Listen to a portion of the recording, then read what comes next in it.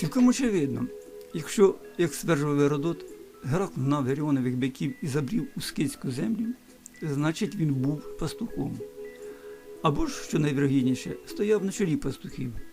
Худобу випасали на одному березі Дніпра, а саме на лівому, а потім переганяли на інший, на зимове утримання. Не випадково саме на правому березі, неподалік Гераклових стовпів і Хортиці, досі можна бачити печеру, яка вочевидь і була Змієвою. У ній, як розповідається в одному з переказів Геродота, Геракл знайшов володарську скітських володінь істоту подвійної природи. Наполовину вона була дівою, наполовину змією, де і з'єднався з нею, після чого вона народила йому 3 синів – Агатирса, Гелона і Скита. Великих людей люблять приписувати собі всі, хто не має власної історії. Лідером серед тих, хто найбільше поцупив чужих досягнень та достойників, є греки. Греки зуміли переконати світ, що і Геракл їхній герой.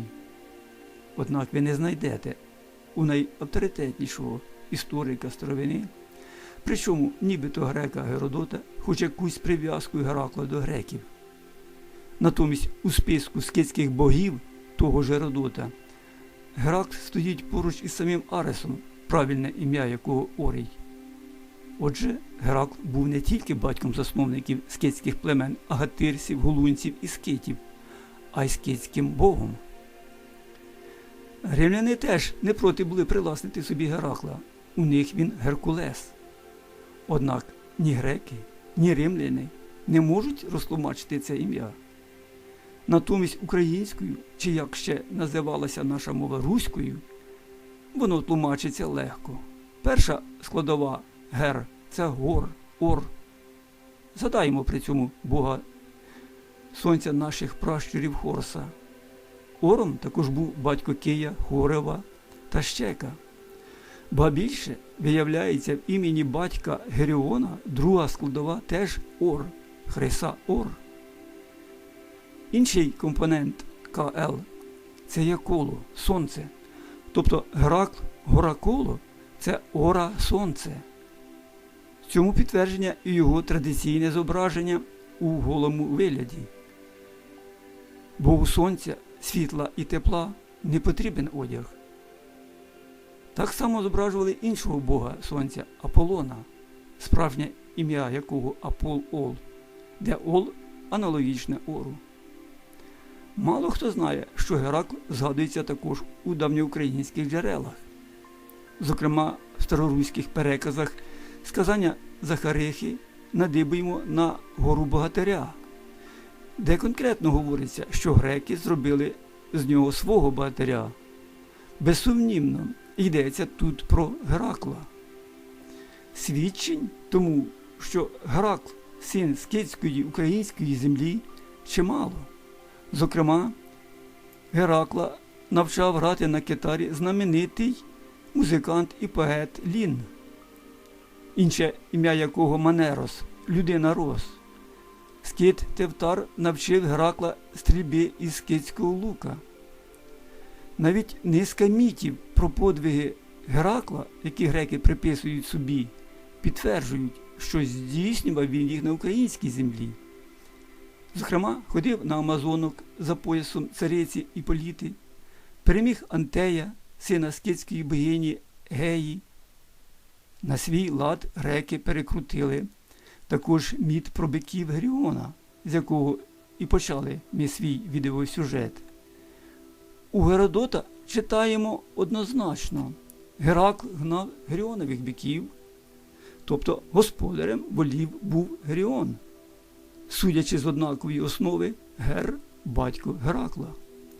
Греки ж подають цю історію так, що якийсь там боязливий цар Тірінфа наказує Гераклу викрасти биків у Геріона, який при цьому вбиває їхніх охоронців і самого тритілого Геріона.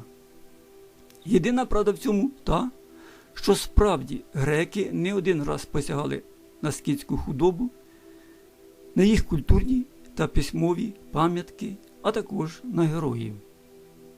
Сенсаційну інформацію доносять нам знамениті тірсени, більше відомі за російською назвою Етруски. Тірсени або Торосени, чи просто русини, прийшли на Апеніни з української землі і принесли туди улюблений образ свого співвітчизника Геракла. І не тільки Геракла. На одному із тірсенських свічат можна знайти зображення цього героя зі ще двома персонажами. Кожний із них підписаний за своїм іменем. Ліворуч стоїть щойно згадуваний Манерос, він же Лін, і навіть Олен, на що вказує накинута на ньому шкіра оленяти з головою та ногами. Що це саме поет говорить зображення на грудях Манероса, голови людини з виставленим язиком. Так передавали образ тих, хто володів неабияким поетичним і ораторським мистецтвом. Посередині стоїть Геракл із булавою. Ім'я його тут читається буквально як Беркле, а в Україні донині можна почути слово Берко, одне із значень якого кремезний та беручкий парубок. Вирушаючи в похід у супроводі Манероса, Геракл прощається з дружиною і передає їй лук зі стрілою, певно говорячи те, що зафіксував у своїх історіях Геродот. Скоро ти побачиш, що сини вже стали дорослими, зроби те, що я тобі скажу. Хто з них зможе натягнути оцей лук і підперезатися оцим поясом, того ти залиш у цій країні. Читаємо ім'я цієї жінки – Туран. І як тут не згадати богиню-берегиню нашого роду Оранту? Чи не від Турани походить це ім'я?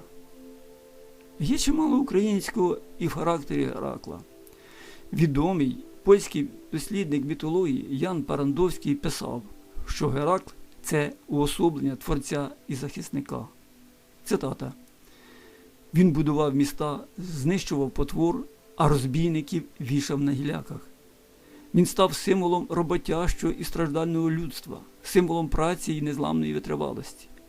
Він шанував богів і де міг споруджував храми й жертовники». Кінець цитати. Очевидно, саме Геракл спорудив і стовпи, які називаються його іменем, і про які ми розповідали в попередньому відео. Спорудження це припадає десь на середину другого тисячоліття до нашої ери. Адже за повідомленням Геродота, Геракл жив приблизно у 15 столітті до нашої ери. Звідси випливає, що Гераклу і нашому скіфсько-українському роду вже щонайменше 3,5 тисячі років. Утім, мої опоненти обов'язково пригадають версію офіційної науки, що скіти, за її версією скіфи, іранського походження. Про те, що наука помиляється, ми спробуємо довести вже в наступному відео.